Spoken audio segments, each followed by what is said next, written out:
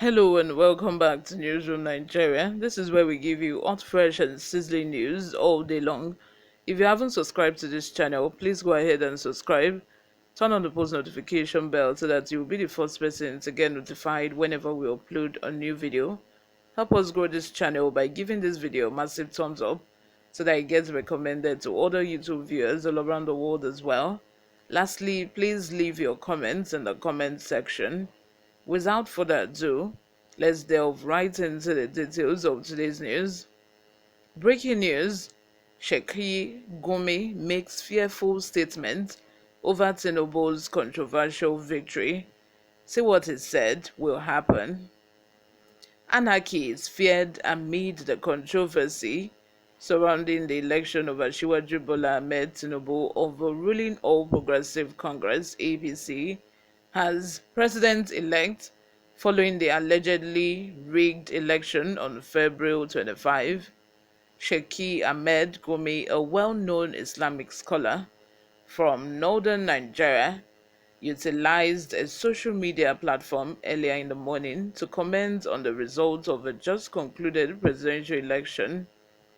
If the court does not maintain the truth of its election, Sheikh Ahmed Gumi foretold, no power can control it, and it may lead to anarchy. Sheikh Ahmed Gumi said he sincerely hopes that the courts of law this time will also prove its worth and uphold the truth. This is because if they don't, it may lead to a chaos no force can contain. He noted that court remains the very last hope that Nigerians can resort at this time. Speaking further, Sheikh Ahmed Gumi said, the legitimacy of a government can only be acquired when the election process is transparent and credible. When such is not in place, the government will run as a political imposition by a few privileged cabals. Sheikh Ahmed Gumi pleaded with the opposition parties to appeal to the Supreme Court once more in order to restore the rule of law and instill in the next generation the importance of using the legal system rather than violence to settle disagreements. Last but not least, Sheikh Ahmed Gumi counseled Nigerians to maintain their composure and let the legal proceedings proceed as planned because they are so crucial to the well-being of our country. He claims that the Independent National Electoral Commission (INEC) did not conduct last week's election in accordance with its rules. In the meantime, Dr. Peter Gregory Obi, the presidential candidate for the Labour Party, who finished third in the INEC announced a few hours ago that he will take the election's results to court since he is adamant that he won. This assertion was made by Mr. Obi on Thursday during a press conference. Let me know what you all think in the comment section.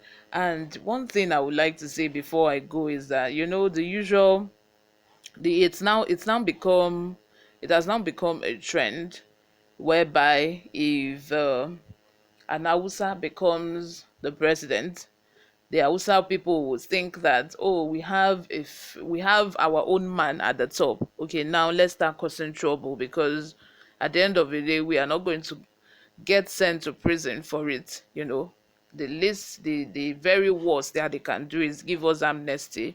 Let's start causing problem. That was how Boko Haram began, and that was how all this kidnapping here and there, that was how it began.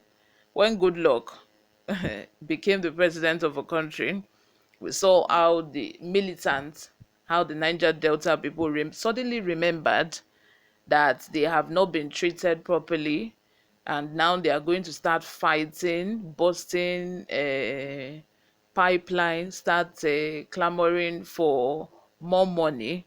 and more compensation for the damaged environment, for the river that they know are no longer able to catch fish from. They all started kidnapping and doing all sorts. Now that a Yoruba person is there, my people, what is going to happen? What is going to happen? No, and I feel that the reason why these have now become a trend, or why these have now been consistent, is just, it just boils down to one reason, one reason only, is the fact that we let things slide. We do not follow the law in this country. Like, you people who have killed, like the case of the Boko Haram people who have killed for so many years, people who have terrorized people, who have killed people's father, killed people's mother, killed people's daughters, even kidnapped people. You are now saying, oh, you arrested them, instead of charging them to court and making sure that they pay for whatever they've done, is, or they get locked in prison, or the ones that are supposed to be sentenced to death are being sentenced to death. You are now saying you are giving them state pardon in form of what's it called, amnesty. You now decide to create Ministry of Amnesty. You are now pampering them. They are the Muslim people, the Boko Haram. You are now saying you are conducting a orientation program for them, so that you are going to rewire their brain. Or probably it's because their brain was not working well, that was why they were busy kidnapping people and killing people left, right, center. You now say you want to reorientate them, and after orientating them, you then reassimilate them back into the society. What gives you the what makes you think that these people are not going to go back to their friends and start kidnapping all over again? The same thing with the militant people. These militants ended up becoming one of the richest people in their environment, in the society, whereas when they were fighting, their peers were, being serious. Their peers were carrying books and going to school. At the end of the day, they got rewarded for bad behavior. All I'm just saying is, I don't pray for such to happen again. I believe Yorubas are, more sensible people, but this thing have now become a trend, and I hope it doesn't happen this time around, that we now have a Yoruba as the president, or now that we now have a Yoruba at the helm of affairs. It's like we keep fighting against ourselves. Something that has been happening for years, they will not remember that they ought to complain or protest about it. But once they have someone that they know is this is our person at the top, at least probably their thinking is, oh, he's not going to kill us, he's not going to harm us. Let's now start fighting for something that have been existing years ago that they never thought of protesting about. So they will all of a sudden remember about it and start protesting about it. Let me know what you all think in the comment section. Subscribe if you haven't. I will see you in my next video. Thank you for always watching. Bye for now.